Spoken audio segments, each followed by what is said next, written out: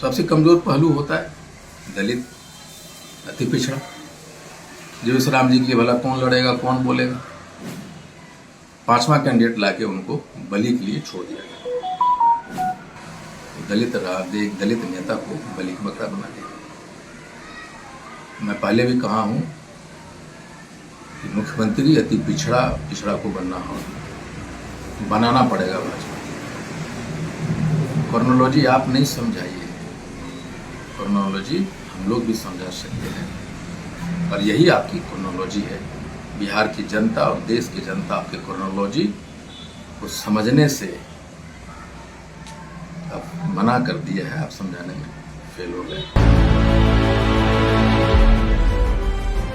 बिहार का अगला सीएम कैसा होगा, कौन होगा, कब बनेगा, ये सवाल बिहार वालों के मन में चल रहा है। और अब एक एक करके कई सारे नाम भी सामने आ रहे हैं। लिस्ट में भले सबसे ऊपर सम्राट चौधरी हो, नीतीश कुमार भी सम्राट चौधरी की ओर भले इशारा करते हो, लेकिन कई सारे नाम हैं जो चर्चाओं में बने हुए हैं। और इसी बीच अब आईपी गुप्ता ने भी मोर्चा खोल दिया है कि बिहार का अगला सीएम पिछड़ा, अति पिछड़ा को ही भाजपा को बनाना होगा, वरना बिहार में सब कुछ ठीक नहीं रहेगा, बवाल शुरू हो जाएगा। जी आपको बता दें कि आईपी गुप्ता भाजपा को उसकी क्रोनोलॉजी भी समझाने लगे।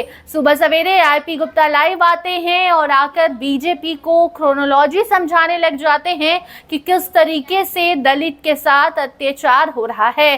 चौथे नंबर पर जहां राज्यसभा चुनाव जो होना है उस पर शिवेश कुमार थे, तो उन्हें अब 5वें नंबर पर कर दिया गया है। और उपेंद्र कुशवाहा जहां 5वें स्थान पर थे, उन्हें 4थे स्थान पर ला दिया गया है। उनकी जीत पक्की कर दी गई है, ये दावा कर रहे हैं आईपी गुप्ता। आप भी सुनिए किस तरीके से राज्यसभा चुनाव के पहले आईपी गुप्ता ने मोर्चा खोल दिया और बीजेपी के कई सारे राज से पर्दा उठा दिया है। दोस्तों नमस्कार, this is IP Gupta here. Bhajpa राजनीति के मार्केट में एक शब्द उछाल कर लाई थी, टर्मोलॉजी, क्रोनोलॉजी समझिए, समझाया करते थे बड़े बड़े प्रवक्ता। आज मैं भाजपा को, बिहार के लोगों को उनकी क्रोनोलॉजी आपको समझाता हूं। राज्यसभा चुनाव की घोषणा हुई और बिहार की राजनीति बड़े तेजी से खरवट ली। नीतीश जी हमेशा इस चुनाव को निर्विरोध करते थे, चुनाव नहीं कराना चाहते थे। एक परिस्थितियां ऐसी आई कि अचानक नीतीश कुमार जी घोषणा करते हैं कि वो राज्यसभा जाएंगे, और पहले से सुलगते बिहार की राजनीति जैसे एक चिंगारी ने पूरे माहौल को गर्म कर दिया। इसी बीच एक और घटना घटती है कि भारतीय जनता पार्टी के वेटरन लीडर, ऑलमोस्ट साइड कर दिए गए लीडर श्री नंदकिशोर यादव जी को राज्यपाल बना दिया जाता है। और मुख्यमंत्री पद के लिए 3 नाम बड़ी तेजी से उभरे थे पेपरों में, मीडिया में। वो नाम थे श्री सम्राट चौधरी जी, श्री नित्यानंद राय जी, श्री दिलीप जायसवाल जी। तीनों काबिल लोग हैं। ये कयास लगाया गया कि नंदकिशोर यादव जी को राज्यपाल बना के भेजना नित्यानंद राय जी को मुख्यमंत्री पद से साइड करने जैसा था। मैं इस बात को मानता हूं। ये जो चर्चा थे, मैं पूरी तरह मानता हूं कि उनको साइड करने की ये प्रक्रिया थी।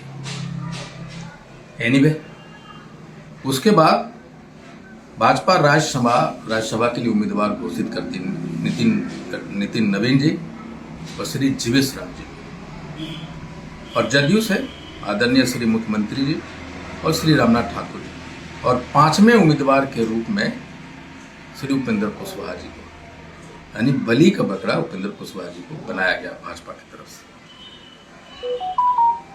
और कुछ ही दिनों में पता चल गया कि उपेंद्र कुशवाहा जी नहीं जीत पाएंगे, और मुख्यमंत्री के रेस में एक नाम बड़ी तेजी से उभरा।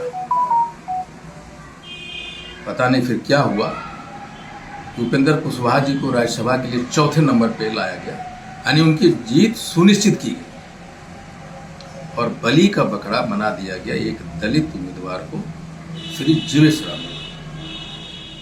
सबसे कमजोर पहलू होता है दलित, अति पिछड़ा। जीवेश राम जी के लिए भला कौन लड़ेगा, कौन बोलेगा। 5वां कैंडिडेट लाके उनको बलि के लिए छोड़ दिया गया। क्या ऐसा तो नहीं इन तीनों में से एक और को भाजपा मुख्यमंत्री नहीं बनाना चाह रही और इसलिए उपेंद्र कुशवाहा की जीत सुनिश्चित कर दी। अक्सर इसी कड़ी में एक और बात है कि जितने भी मीडिया हो, जितने भी ओपिनियन मेकर हो, जितने भी नैरेटिव्स हो, ये सेट करने में लगा रहा कि आरजेडी 6 उम्मीदवार कहां से लाएगी, 6 वोट कहां से लाएगी। किसी मीडिया वाला ने, किसी ओपिनियन मेकर ने, किसी चैनल के डिबेट करने वाले पैनलिस्ट ने ये नहीं कहा कि 3 वोट ये कहां से लाएगी एनडीए वाले। कभी कांग्रेस को तोड़ती रही कि एमआईएम को तोड़ती रही, कभी हमारे बारे में बात हुआ तो कभी सतीश जी के बारे में बात हुआ, नहीं तोड़ पाए। एक दलित नेता को बलि का बकरा बना दिया। मैं पहले भी कहा हूं कि मुख्यमंत्री अति पिछड़ा को बनाना पड़ेगा भाजपा। क्रोनोलॉजी आप नहीं समझाइए, क्रोनोलॉजी हम लोग भी समझा सकते हैं और यही आपकी क्रोनोलॉजी है। बिहार की जनता और देश की जनता आपकी क्रोनोलॉजी को समझने से अब मना कर दिया है, आप समझाने में फेल हो गए। Thank you very much. तो सुना आपने किस तरीके से आईपी गुप्ता ने सबसे पहले तो राज्यसभा चुनाव में जो 5वें स्थान पर उपेंद्र कुशवाहा थे उन्हें 4थे स्थान पर लाया गया और 4थे स्थान वाले बीजेपी के शिवेश कुमार को 5वें स्थान पर ले जाया गया। ऐसी बातें आईपी गुप्ता कर रहे हैं, बड़ा दावा ठोक रहे हैं और दूसरी तरफ जाते जाते ये भी बता गए कि बिहार का अगला मुख्यमंत्री पिछड़ा अति पिछड़ा समाज से ही भाजपा को बनाना होगा। भाजपा मजबूर है और ऐसे में अब आईपी गुप्ता ने जो मोर्चा खोला है उसके बाद बीजेपी की क्या कुछ प्रतिक्रिया आती है देखना दिलचस्प होगा, क्योंकि आईपी गुप्ता ने ये भी दावा किया है कि हमें भी ऑफर दिया गया, महागठबंधन को भी तोड़ने की कोशिश की गई, एआईएमआईएम को भी कहा गया कि आप इधर उधर हो जाइए, किसी भी तरीके से किसी भी चाल से राज्यसभा चुनाव को अहम जो माना जा रहा है इसको लेकर बीजेपी ने कई सारी कोशिशें की जीतने की और ऐसे में अब 4थे और 5वें स्थान को लेकर जो आईपी गुप्ता ने मोर्चा खोला है, बड़ा बयान दिया है, बड़ा दावा ठोका है, उस पर एनडीए खेमे से क्या कुछ प्रतिक्रिया आती है देखना दिलचस्प होगा। फिलहाल इस रिपोर्ट पर आपकी क्या राय है कमेंट सेक्शन में जरूर बताइए। देखते रहिए स्टार टीवी बिहार। धन्यवाद।